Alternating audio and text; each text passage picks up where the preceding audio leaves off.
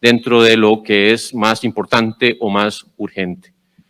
Entonces, dicho esto, yo ya le daría el pase justamente a mis compañeros, siempre mandándoles un mensaje de esperanza, porque sí, estamos vacunando, sí, vamos a alcanzar la inmunidad de rebaño este año, y sí, entendemos la necesidad de muchas familias que necesitan su sustento y poder trabajar. Eso es una realidad que tenemos que bregar en medio de esta pandemia y no hay balances absolutos, no hay balances perfectos. Buscamos que el balance sea el mejor posible dentro de nuestros conocimientos, pero no existe tampoco el balance perfecto. En eso todos creo que hemos tratado de poner de nuestra parte y por eso también Costa Rica tiene números favorables a nivel mundial incluso de la pandemia en todas las áreas. Y sé que hay mucha necesidad de aumentar trabajo, de aumentar oportunidades. Tenemos todavía que aguantar un poco hasta que no alcancemos una inmunidad mucho mayor. Y vamos a ver el comportamiento del virus y vamos a ir poco a poco avanzando hacia esa meta de la inmunidad colectiva. Gracias. Muchísimas gracias a usted, doctor Daniel Sala, ministro de Salud. De inmediato pasamos a escuchar al señor Alexander Solís, presidente de la Comisión Nacional de Prevención de Riesgos y Atención de Emergencias. Muy buenas tardes, don Alexander. Muy buenas tardes, muchísimas gracias a las personas que están acá, los compañeros de la mesa, Daniel, doña Victoria, y las personas que están siguiendo esta transmisión por los diferentes medios. Yo quiero unirme a las palabras del ministro Salas en el sentido que tenemos que identificar cuál es la situación de riesgo que tenemos en el país y tenemos que también balancearlo en términos de la necesidad de trabajar, pero de cuidarnos, de seguirnos protegiendo entre nosotros. Si nosotros analizamos cuál fue el número mayor de casos y cuál fue la situación del sistema hospitalario cuando empezó a tener que dar la atención que los médicos llaman subóptima, porque llega al nivel máximo de la capacidad para la atención óptima, eso fue en 8,456 casos y eso ocurrió en el 2020, por ahí de octubre del 2020. Y seguimos con el sistema hospitalario bajo condición de estrés, con un esfuerzo sobrehumano, titánico, de todo el personal de salud. Tuvimos un descenso a partir de enero, con un gran esfuerzo que hicimos como país, bajo el modelo de gestión compartida. Costa Rica trabaja y se cuida en los municipios, las empresas, las instituciones, y además con una situación favorable en términos, que ya lo han explicado también los expertos, en términos de la temporada seca y algunas otras variables que incidieron. Eso hizo que bajáramos los casos en forma importante. Comenzamos en un proceso también de liberación de las medidas de mitigación, de ampliación de aforos, de horarios, que nos permitían seguir trabajando más fuertemente en el proceso de recuperación. Sin embargo, de la forma como se aborden esos momentos epidemiológicos, depende mucho lo que pasa en el futuro. Y lo que observamos en marzo y abril fue una situación crítica para nuestro sistema de salud. Una situación donde llegamos a los 18,000 casos, prácticamente 17,989 casos, fue el máximo que obtuvimos en esa semana epidemiológica, con cifras muy alarmantes de fallecidos, algunas que comienzan a verse en los últimos días también, que comienzan a subir. Y comenzamos a partir de la implementación de medidas de control, de mitigación más fuertes, a reducir los casos. Sin embargo, nos estabilizamos la semana anterior en 8,444 casos, es decir, apenas en el límite del máximo que tuvimos en el 2020, y ese máximo del 2020 nos llevó el sistema de salud a estar en una situación de estrés. Hoy día, y estas son cifras que puede verificar la Caja Costarricense de Seguro Social, es parte del reporte que emite, hoy día las UCI están a un 130% de la capacidad óptima, están habilitadas al 130%. 360 camas están ocupadas, de las 366, ocupadas de las 359, que es lo que la Caja ha definido como una atención óptima. Esa es la situación que nos lleva a entender que el país sigue bajo indicadores de riesgo, los indicadores que utilizamos para establecer las alertas, en un índice de riesgo general del país muy alto. Ese es el riesgo que tenemos en el país. Al igual que hemos visto 14 cantones severamente impactados por inundaciones en los últimos días, donde se tienen que tomar medidas para proteger a las personas, para evitar que se expongan a ese riesgo, también tenemos esta condición. ¿Cuál es la gran diferencia? Que esto no lo vemos, no lo tenemos ahí a la vista, no vemos sus impactos nosotros en ese momento. Los impactos se ven en los hospitales, en las familias, en la pérdida de vidas, en las personas que pierden a sus familiares o que pierden sus capacidades y quedan con lesiones muy severas. Pero esa es la situación de riesgo que tenemos y como decía el doctor Salas, eso justamente nos lleva a hacer el balance porque también hay pérdidas en los otros sectores, en el sector económico, hay muchísimas pérdidas también que hay que balancear y por eso se establecen un conjunto de medidas para el próximo mes que estaremos alternando el anuncio. Yo cedería el espacio a la ministra de Economía también para su información.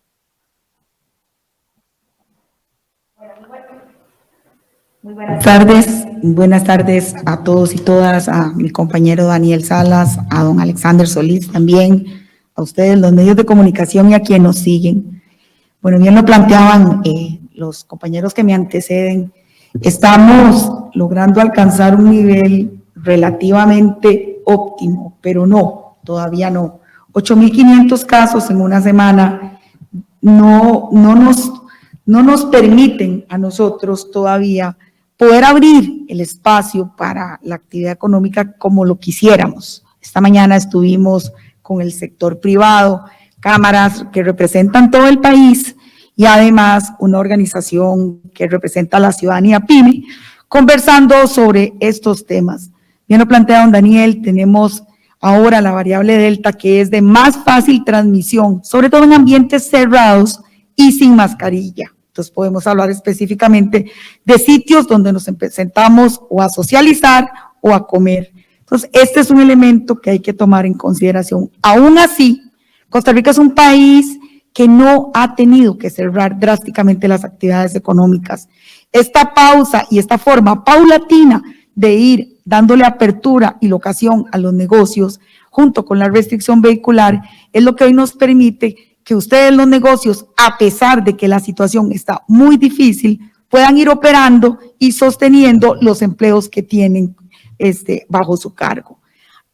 De esa manera, del 9 al 31 de agosto se amplía la restricción vehicular por 1 hora. Entonces, iniciamos 5 de la mañana, terminaremos las actividades económicas y de atención y de servicios a las 10 de la noche. Por otra parte, también, aparte de ampliar el horario de funcionamiento, de verdad, de los establecimientos con permiso sanitario, vamos a ampliar el aforo de los cines, teatros y todos los establecimientos que ofrecen actividades artísticas.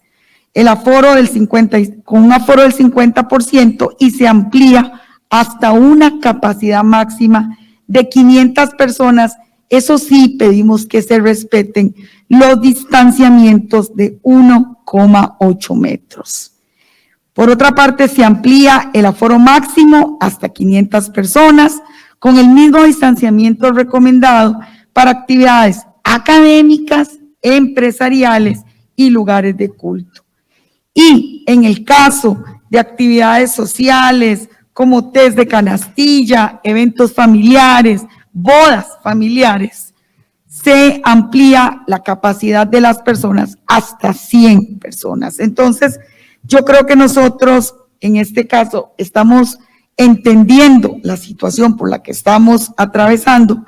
En esa búsqueda del balance que plantean don Alex y don Daniel, vamos en forma paulatina dándole tiempo a que el proceso de vacunación avance, a que las personas incursionen en esa segunda vacuna, que terminen de reforzar sus defensas, que no perdamos el uso de la mascarilla, protocolo, que los lugares tengan los sitios de lavado funcionando, ¿verdad? Que es muy importante. Se han ido ahí como desacomodando en algunos lugares y que siempre reforcemos la cantidad de gente que tenemos adentro, sobre todo en lugares de abastecimiento y como supermercados o lugares que tienen visitación masiva.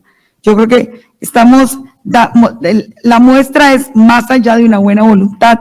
Estamos entendiendo la situación por la que estamos, seguimos trabajando continuamente en buscar cómo hacer esa empatía y permitirles a ustedes trabajar ordenadamente con sus actividades económicas. Muchísimas gracias.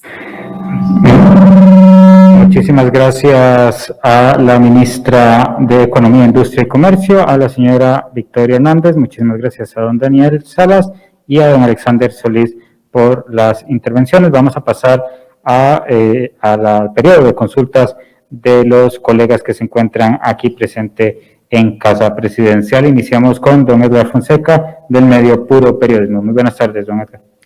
Muy buenas tardes a la señora ministra, doña Victoria, don Daniel y don Alexander.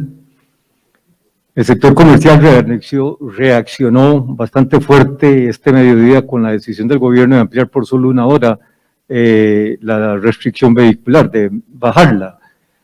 Dicen que están en juego miles de empleos en este momento y que ya pareciera suficiente que se tome una decisión de mayor oxigenación para ese sector. ¿Cuáles son las razones fundamentales para que no se haya adoptado una flexibilización mayor por parte del gobierno en cuanto a la restricción vehicular? Tanto la pregunta para usted, señora ministra, como para el señor ministro don Daniel Salas en ese sentido. ¿Cuál es la diferencia de ampliar en solo 1 hora versus dejar la hora de 10 a 11 de la noche? ¿Qué impacto tiene? ¿Cuánto contribuye o afecta eso en cuanto a los márgenes de control de contagios que ustedes valoran? Segunda pregunta, en el caso de don Daniel, en el esfuerzo en que ha estado el país en meses recientes por ampliar el nivel de vacunación a nivel nacional, superando ya el 50% país, señor ministro, ha existido una gran duda, una gran interrogante de por qué tan baja la donación por parte de Estados Unidos a Costa Rica en relación con 16 países. ¿Tiene planteado el gobierno alguna nueva gestión de donaciones por parte de Estados Unidos? ¿Tiene encaminado el gobierno alguna gestión de donaciones por parte de esta administración en estos momentos? Y mis consultas para don Alexander Solís. El gobierno anunció ayer que está en búsqueda de negociación, de firmar negociación con Pfizer por 2.5 millones de vacunas adicionales en los próximos meses para vacunar a la población infantil y una tercera dosis de refuerzo a personas mayores de 58 años y personal de primera línea de atención.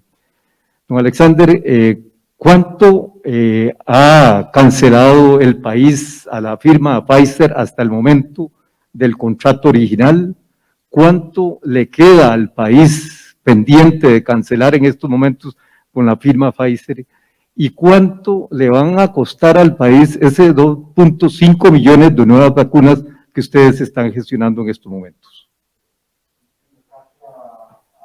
Edgar Fonseca, iniciamos con don Alexander. Don Alexander, teníamos previo antes unas filiminas que terminar de presentar, entonces concluyamos y continuamos con el periodo de consultas en un momento. Sí, muchas gracias. Nada más quisiera complementar en relación con la explicación que daba doña Victoria y algunas otras medidas que están vinculadas, que también están en el proceso de flexibilización, de ampliación, que están vinculadas con otras actividades. Por ejemplo, la actividad de parques nacionales. Todos los parques nacionales amplían su aforo al 100% de la capacidad que tienen definida. En el caso del transporte público, los trenes podrán utilizar hasta un máximo de 26 personas que puedan viajar de pie y creo que ya se mencionó, no se podría viajar de pie en autobuses como parte de la medida preventiva. Asimismo, el horario de uso de las playas, que es coordinado, regulado directamente por los gobiernos locales, se extiende hasta las 8 de la noche. Recordemos, como hemos mencionado, que esta implementación, esta ampliación de las medidas de mitigación obedece también al análisis de la situación que se presenta en el sector comercial y ese balance que tenemos que garantizar. Parte del objetivo fundamental del equipo de manejo de la emergencia es que el país no tenga que enfrentar los cierres fuertes que estamos viendo nuevamente alrededor del mundo. En países que tienen porcentajes de vacunación hasta más altos que los nuestros, hay cierres muy fuertes, muy fuertes, que impactan fuertemente el comercio también. Asimismo, las canchas de fútbol 5 operarán sin público en la modalidad normal del fútbol 5, no la modalidad del metegol, y trabajarán bajo el protocolo del fútbol aficionado LINAFA, que ya está establecido y aprobado por el Ministerio de Salud. Asimismo, la Liga Nacional de Fútbol operará sin público, es decir, las otras divisiones también comenzarán ya a poder operar, pero sin público presente. Se mantienen las siguientes medidas: los bares 25% de capacidad de aforo, hoteles de más de 100 habitaciones al 100%, hoteles de más de 100 habitaciones al 75% de la capacidad, buses sin personas de pie, como ya mencioné, y hacemos énfasis particular en la importancia del teletrabajo. Ya lo mencionó el señor ministro, yo lo reitero, es estrictamente necesario seguir trabajando en la modalidad de teletrabajo aquellas actividades que puedan ser catalogadas como teletrabajables. Se conoce de muchas empresas donde eso, a veces los mandos medios optan por no autorizar el teletrabajo y esto pues incide directamente en la movilidad, que es justamente el factor principal que queremos atacar.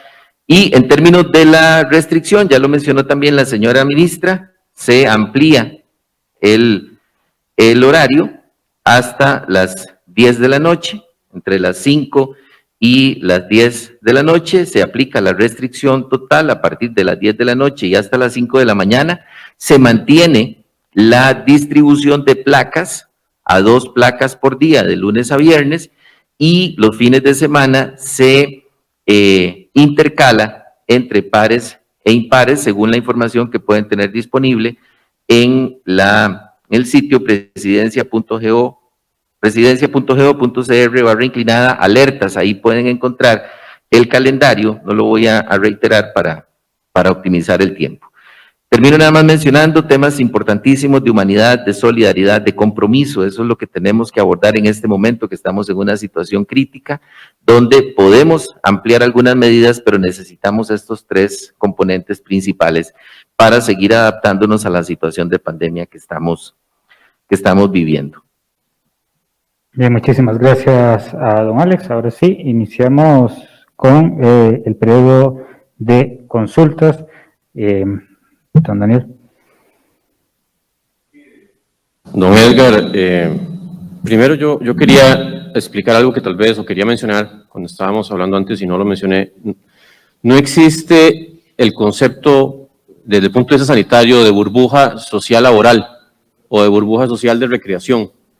Las burbujas que nosotros hablábamos al principio es la gente con que uno convive, con la gente que uno se puede quitar la mascarilla tranquilo, porque al final ahí está la pareja, ¿verdad? Están los hijos, y obviamente pues pueden vivir otras personas, pero creo que este concepto, cuando hablamos de burbuja social, se ha malinterpretado. Entonces se habla de social como que si fueran relaciones sociales. Y entonces mucha gente dice, no, terminamos la jornada de trabajo y se cuidaron todo el trabajo, ¿verdad? Ahí usaron la mascarilla y estaban distanciados y todo, y dicen, vámonos a tal lado a celebrar o a hablar paja. Y justamente cuando se quitan la mascarilla y empiezan a hablar gente de diferentes núcleos de convivencia, ahí el riesgo está incrementado, aunque tengan una dosis de vacunación, incluso pueden tener las 2 dosis, pero ahí siempre se recomienda que por favor no hablen cuando se tienen que quitar la mascarilla, que no se nos olvide esto, porque al final ahí está la transmisión que se da efectivamente, igual cuando recibimos gente dentro de las casas, ¿verdad? Que es lo mismo, como decía la ministra de Economía, de Industria y Comercio, que tenemos que tener lugares bien ventilados, que tenemos que tener la menor cantidad posible de reunión en tiempo cuando tenemos gente fuera de esos núcleos de convivencia. Y ahora sí, para responderle, yo creo, don Edgar, lo que usted indica, créanme que yo quisiera estar hoy diciendo, no, quitamos la restricción, ¿qué es eso? No, ¿cuál es la 10? Quitémosla del todo. Como también lo dijo don Alexander, estamos todavía con una ocupación de UCI que incluso está por encima del 100%. O sea, en este momento tenemos crítica a Costa Rica. Desde la parte sanitaria está muy clave que estamos bastante críticos, no como estuvimos hace 5 semanas, pero íbamos bajando y de repente entramos en una meseta y como que la variante Delta está impulsando hacia la subida. Entonces, la movilidad siempre representa un factor importantísimo para disminuir contagios, por eso yo les decía al inicio que nos preocupa que estamos viendo patrones de movilidad eventualmente, y creo que eso va mucho por la conciencia de la gente, no es solamente porque la restricción esté a las 9 o a las 10, sino porque por favor hagamos conciencia de que tratemos de organizarnos y que sea la menor movilidad posible. Yo sé que esto posiblemente va en contra, obviamente, de la actividad comercial, la movilidad, pero en este momento más bien tenemos que buscar cómo hacer ese balance para que no exista tanta movilidad y tanto desplazamiento, porque esto favorece lamentablemente contagios. Claro que si esos desplazamientos se dan cumpliendo protocolos, y la gente no se lo olvida, y la gente cuando va a quitarse la mascarilla no está hablando, claro que evitaríamos muchas transmisiones, pero lamentablemente eso no es lo que estamos viendo. Entonces insistimos siempre en este concepto de que la burbuja es el núcleo de convivencia y que tenemos que no quitarnos la mascarilla para nada, si se va a hacer para comer alimentos, no hablar en frente de personas que no están dentro de ese núcleo de convivencia. Eso va a salvar muchísimas transmisiones. E insistimos, la idea es que conforme el panorama nos lo vaya permitiendo, vamos a poder ir aumentando esos horarios. Pero incluso si vemos que este asunto de las UCI otra vez empieza a subir a una velocidad muy rápida, lamentablemente hasta tendremos que volver a las 9. Eso es lo que no queremos. Y yo creo que eso pasa mucho porque entendamos que esta propulsión de la curva, de la cantidad de personas infectadas y que están llegando a las UCIs, depende de todos nosotros, que no es de lo que el gobierno diga que si eventualmente a las 9 o a las 10, o sea, sí, claro, eso hace una diferencia, está estadísticamente demostrado que sí hace una diferencia a las 11 o a las 10 o a las 9, pero lo más importante es que esa diferencia se puede disminuir mucho en lo que se manifiesta en contagios si cumplimos con protocolos. Si no hay cumplimiento de protocolos, lamentablemente esa diferencia de 1 hora o de 2 horas puede favorecer muchísimos más contagios. Como le indicaba, no es fácil jamás vivir en pandemia, todos lo sabemos. Y las decisiones que se toman, créanme que las tratamos de valorar y tamizar por todas las herramientas que tenemos de evidencia para tomar las que mejor consideramos posibles dentro de todo este escenario tan complejo. Pero no es para nada fácil estar en este balance, tratando de encontrar este balance en diferentes momentos de la pandemia. Perdón, con respecto a la vacunación, siempre la Cancillería está haciendo sus gestiones, sabemos que las embajadas, ¿verdad?, tratando de explorar qué posibilidades de donaciones existen. Sabemos también que Costa Rica pues, es un país que se movió rápidamente para hacer contratos bilaterales en cantidades importantes que no lo hicieron otros países también y han quedado pues, en eso más rezagados. También tenemos que recordar el gran el reto que tenemos como humanidad a nivel mundial de que la inmunidad tiene que ser al final alcanzada en todo el planeta, en toda la humanidad. Esa inmunidad colectiva que hablábamos. Que hay países en este momento de África que llevan un 5%, 4% de vacunación y no se ven perspectivas como que vayan a poder acelerarlo. Y entre más circulación del virus haya en personas no inmunizadas, más riesgo de que surjan nuevas variantes que nos pueden poner en una posición otra vez súper difícil en medio de la pandemia. Entonces también por eso incluso la misma OMS hizo un llamado para que no se hablara ahorita de la tercera dosis hasta septiembre por lo menos, sino que más bien tratáramos de impulsar cómo podemos ayudar a esos otros países que están con rezagos importantes en la vacunación. Entonces yo creo que en eso, claro que como país nos interesa que tengamos la inmunidad de rebaño lo antes posible, que podamos activar la economía lo antes posible, pero también tenemos que entender que al final ese egoísmo de país que ha llevado justamente a que muchos países tengan hasta 5 veces la cantidad de vacunas que meritaría para completar los esquemas, está haciendo que otros países se queden sin vacuna y que eso es un riesgo enorme de que tengamos un surgimiento de una variante que nos complique la existencia, como lo está haciendo la Delta, que puede ser incluso una variante hasta más agresiva o más transmisible. Gracias al ministro de Salud, Daniel Salas. Doña Victoria.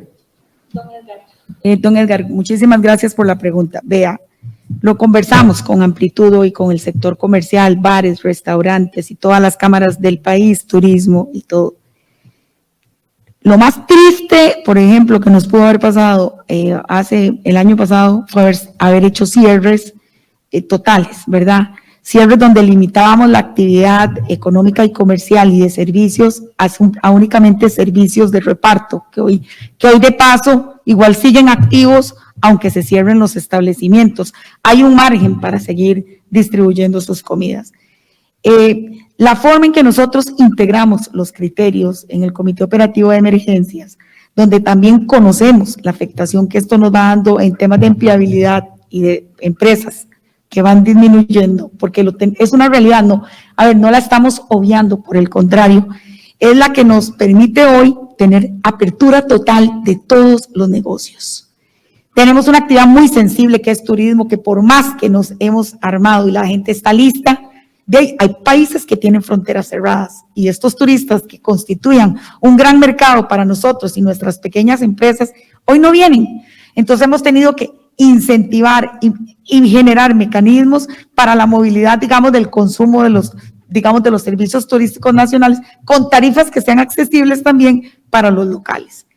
Entonces, yo les explico a ellos, yo prefiero una gradualidad que nunca me haga pararme frente a ellos y decirles, estamos realmente complicados, hay que volver a cerrar e ir midiendo y que nunca descuidemos. Que nosotros no podemos mandar un mensaje equivocado, ni nosotros a los sectores, ni los sectores a sus públicos y sus audiencias. Seguimos en pandemia, seguimos con UCIs a tope, llenas, seguimos con 8.500 casos semanales, pero queremos que las actividades económicas sigan funcionando y esto depende de los clientes, de los trabajadores y de los dueños y dueñas de cada uno de los establecimientos.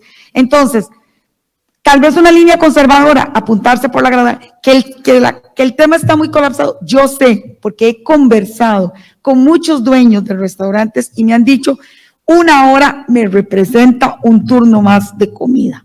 Y bueno, la idea es, en un momento determinado, bien lo planteaba el doctor Salas, abrir más, pero la variable delta es sumamente transmisible, tengo entendido que es más infecciosa, y el restaurante es donde yo me quito la mascarilla, entonces donde tengo que tener esa prudencia y ese cuidado.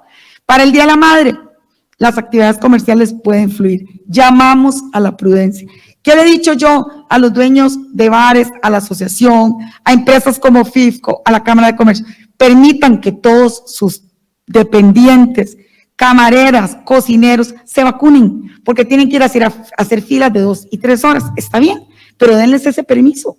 Si la persona tiene la disposición para irse a vacunar, no frenemos eso, porque eso nos garantiza que estamos atendiendo y dando los servicios con gente que hoy también tiene una garantía y ofrece una seguridad para el negocio. Yo esperaría en Dios, porque esto lo hemos venido hablando con el sector, que podamos ir progresando en esas medidas, que vayamos en ese poco a poco, pero que esto se refleje en las cifras de internamiento, hospitalización y letalidad. Porque si bien es cierto, hay menos casos, hay más internamiento y más letalidad, y en personas sumamente jóvenes. Entonces, esto es un tema de todos. ¿Qué es entonces, ministra? ¿Cuál es su rol? Mantener abierto, don Edgar, mantener abierto e ir negociando un poco más de flexibilidad, como hoy una restricción de 2 días, como hoy un horario hasta las 10, como hoy un reparto hasta tarde y como otras acciones que estamos caminando de la mano con el sector privado. Muchas gracias. Gracias a la ministra de Economía, Industria y Comercio, a la señora Victoria Hernández. Nos queda para atender la consulta de don Alexander Solís. Muchas gracias, don Edgar. Sobre su consulta de la cantidad de avance en el contrato bilateral con Pfizer, nosotros hemos recibido 4.361.985 vacunas de la empresa Pfizer, en total, ya me estoy equivocando, en total de eso 3.114.735 corresponden al contrato bilateral con Pfizer. En ese número que mencioné ahora también incluí la donación. Me disculpo, en el caso específico de Pfizer son 3.114.375. Hemos pagado $41.160 millones a la empresa Pfizer. Eso corresponde aproximadamente, en términos de la recepción, a un 52% de la cantidad de biológicos contratados. El pago pendiente son aproximadamente 31 millones de dólares, con el contrato específicamente de Pfizer. Asimismo, en relación con la segunda pregunta, que tiene que ver con los nuevos contratos, quiero mencionarle lo siguiente. Hay un acuerdo de la Comisión Nacional de Vacunación y Epidemiología que ya definió esos parámetros muy técnicos, a los cuales yo no me puedo referir, pues no es mi especialidad. Ese acuerdo ya fue notificado a la Comisión Nacional de Prevención de Riesgos y Atención de Emergencias. También en el marco de la coordinación interinstitucional ya se ha solicitado la preparación de un nuevo plan de inversión.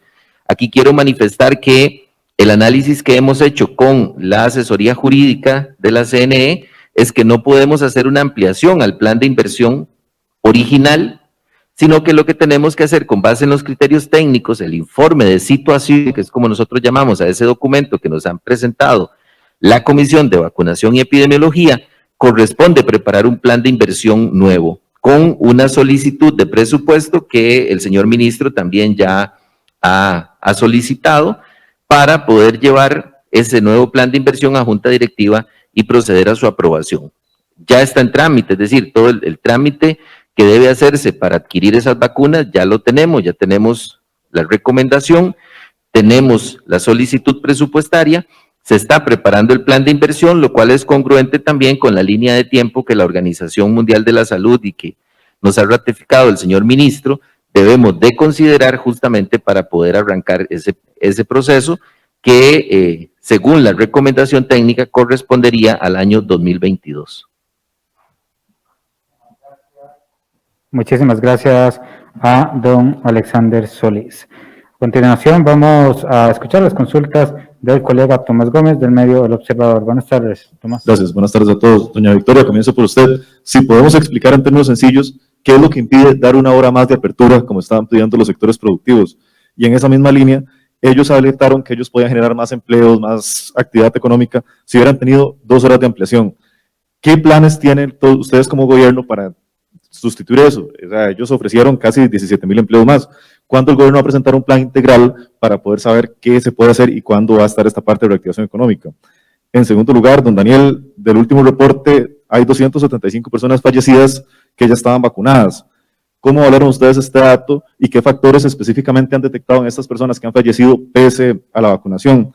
Y en segundo lugar, si podemos detallar, la gente que se puso fuera de la vacuna, sobre todo de Johnson, podría optar por vacunarse acá en Costa Rica con la de Pfizer como una forma de, ya sea de refuerzo o es recomendable que se busque esta situación. Y finalmente, no sé si usted, don Alexander, nos pueden ayudar. En primer lugar, ¿qué avances hay en la búsqueda de vacunas para la población migrante en condición irregular? Que habían dicho en algún momento que se iba a vacunar, pero que hay que buscar cooperación internacional.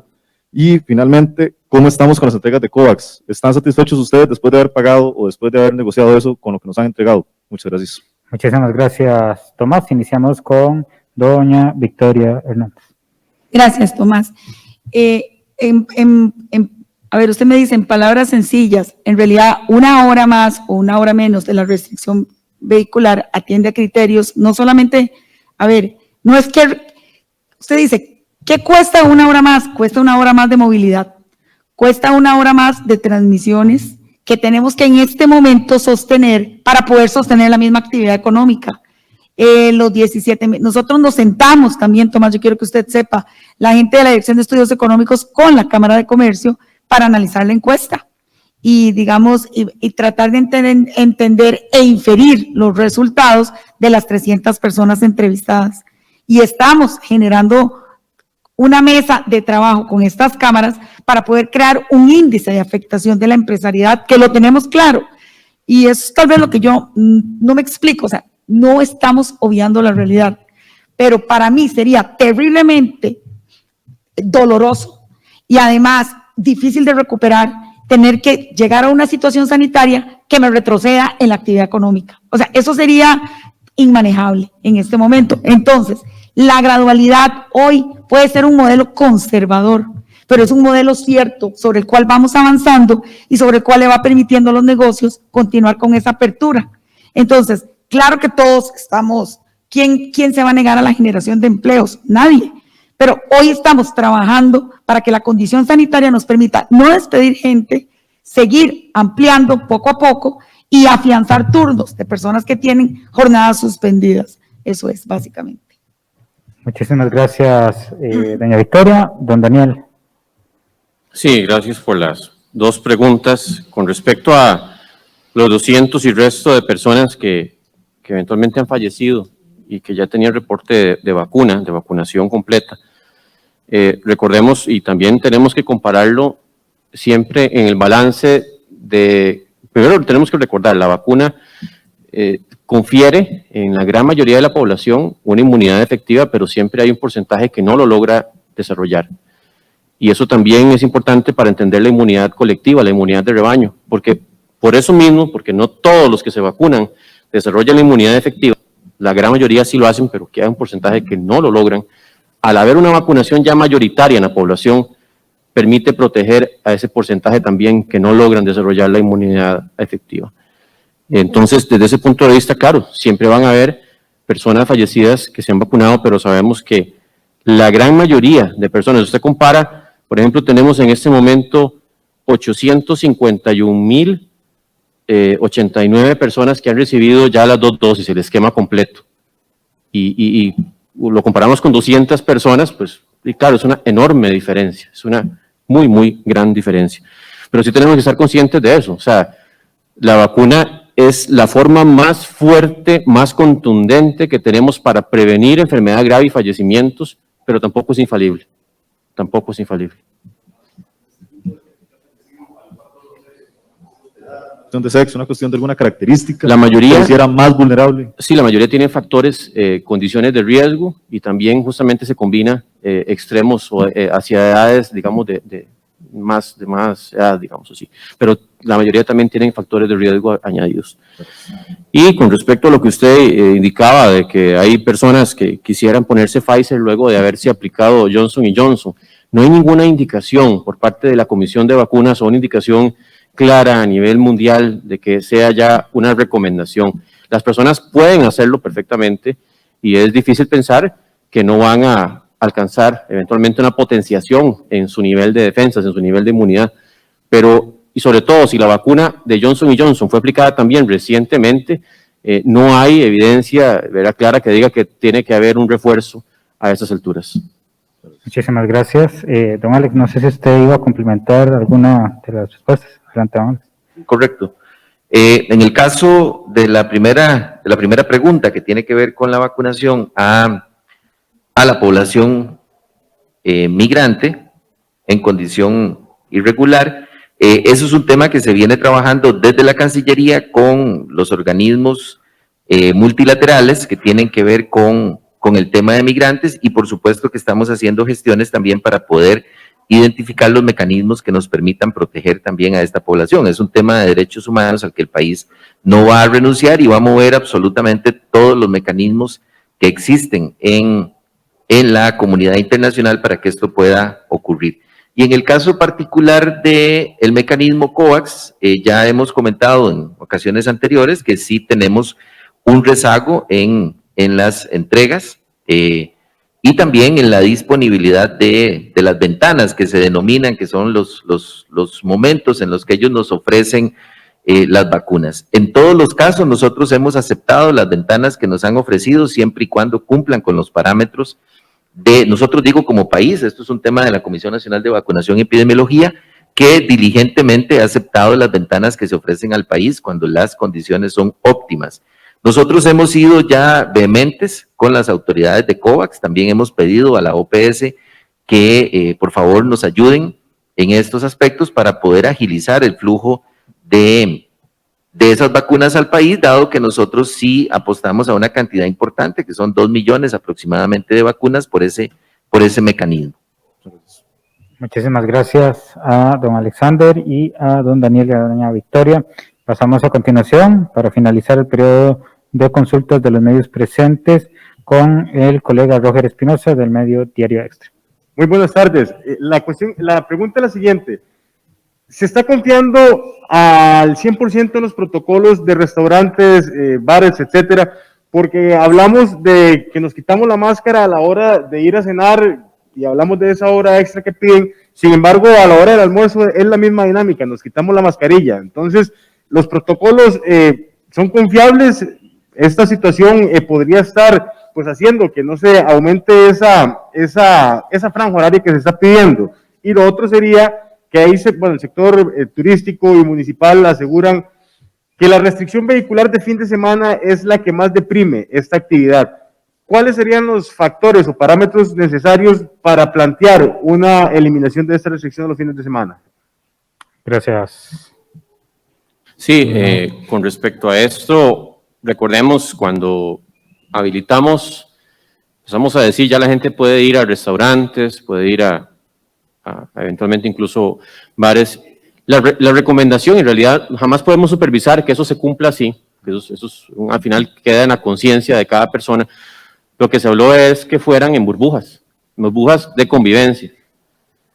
Cuando vemos que al final esto no se cumple, porque mucha gente va con los amigos, va con los familiares que no viven con ellos, pero que al final se van a encontrar ahí, la recomendación justamente es esa. Entonces, si ustedes están enfrente de personas que no son de su núcleo de convivencia, si se quitan la mascarilla, es lógico que si van a un restaurante y tienen que quitarse la mascarilla, que entonces por lo menos no hablen, no estén conversando. O sea, que en ese momento de ingerir alimentos no estén conversando. Cuando uno conversa es cuando tiene la mascarilla, porque cuando uno conversa salen las gotitas. Si alguien está infectado, está sin síntomas, está transmitiéndole a la otra persona el virus. Entonces, al final, esos son recomendaciones, pero hay verificarlo y que los dueños de los restaurantes digan, es que en esta mesa están hablando y están comiendo y... O sea, no vamos a entrar en... Eso tiene mucho que ver, como en toda la pandemia, el comportamiento humano tiene que ver mucho a nivel de conciencia y que entendamos al final la responsabilidad que nos atañe en medio de esta pandemia. Yo creo que igual, lo que hemos venido hablando, estamos en... Ya lo dijo don Alexander muy claramente, es demasiado fuerte el número cuando hablamos de que decíamos 359 era el número, ¿verdad?, que teníamos, que nos daba miedo pasar, porque es el número máximo que podemos atender a pacientes con COVID de forma eficiente, de forma con calidad. Y cuando vemos que ese número todavía está por encima, ¿verdad? Y queremos casi que se quite la restricción en todo sentido, y no tenemos la vacunación avanzada a ese nivel poblacional de 70 o 80% de vacunación. Yo sé que mucha gente quiere como pegar un brinco y pasarse ya cuando tengamos esa vacunación de rebaño, pero como lo dijo también mi compañera, doña Vicky, hay que ir quemando etapas, y mientras no tengamos esa inmunidad de rebaño, es muy difícil pensar en aperturas mucho mayores. Vea lo que está pasando alrededor del mundo. O sea, es que no es algo que solo le pasa a Costa Rica. En países que están en este momento, como el mismo Estados Unidos, con una circulación de variante Delta predominante, otros países han tenido que ir retomando muchas de las restricciones que también han ido flexibilizando por lo mismo, porque ahí otra vez están habiendo complicaciones importantes por el COVID. Entonces, es lo mismo que hemos venido diciendo, no existe lamentablemente una fórmula mágica o un equilibrio perfecto para que todos estemos satisfechos y contentos en medio de una pandemia como la que estamos viviendo. Muchísimas gracias, don Daniel. No sé si doña Victoria o don Alex si querían complementar algo adicional. No. Listo, entonces vamos a dar por concluida esta conferencia de prensa. El día de hoy no contamos con consultas de los medios regionales. Recordamos a la población, a los medios de comunicación, que para consultar las medidas de cierre, apertura, operación y alertas en los distintos cantones que el día de hoy fueron expuestas, pueden visitar el sitio presidencia.go.cr/alertas. Reiteramos, presidencia.go.cr/alertas. A todos y todas, muy buenas tardes.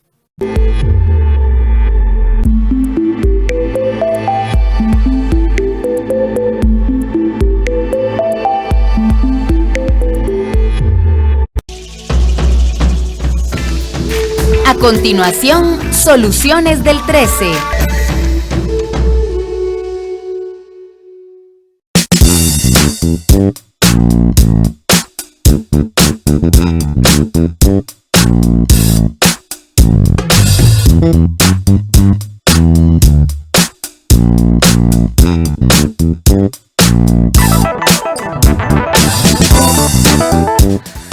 Hola, muy buenas tardes. Un gusto que estén con nosotros en un programa más de Soluciones del 13. Hoy les vamos a contar que en Monteverde se están preparando para convertirse en cantón y hoy conversamos con un representante de la Cámara de Turismo para que nos hable de ese proceso en el que Monteverde se convertirá en el cantón número 83 del país y el 12 de la provincia de Punta Arenas. Además, hoy les traeremos una receta especial para el Día de la Madre. Comenzamos. Este sábado 7 de agosto se realizará el último programa de la primera fase de selección de artistas en Audiotopía del Bicentenario, producido por 13 Costa Rica Televisión y el Teatro Nacional. A esta fecha ya han participado artistas y compositores de Guanacaste, Punta Arenas, Heredia, Cartago, San José y Alajuela, y solo faltan los semifinalistas de Limón para este sábado. Una vez definida esta eliminatoria y ya teniendo los 3 seleccionados por provincia, los 21 escogidos se presentarán en el Teatro Nacional, en la actividad donde estarán los jurados, que se encargarán de escoger a una persona ganadora por provincia. Las 7 personas que pasen esta fase irán a la gran final, que se va a realizar el próximo sábado 11 de septiembre en el Teatro Nacional, y que se transmitirá en vivo por 13 Costa Rica Televisión y todas sus plataformas. Audiotopía del Bicentenario es un proyecto nacido en Radio Nacional que busca divulgar la riqueza de la música costarricense y mostrar la enorme variedad de sus estilos y géneros.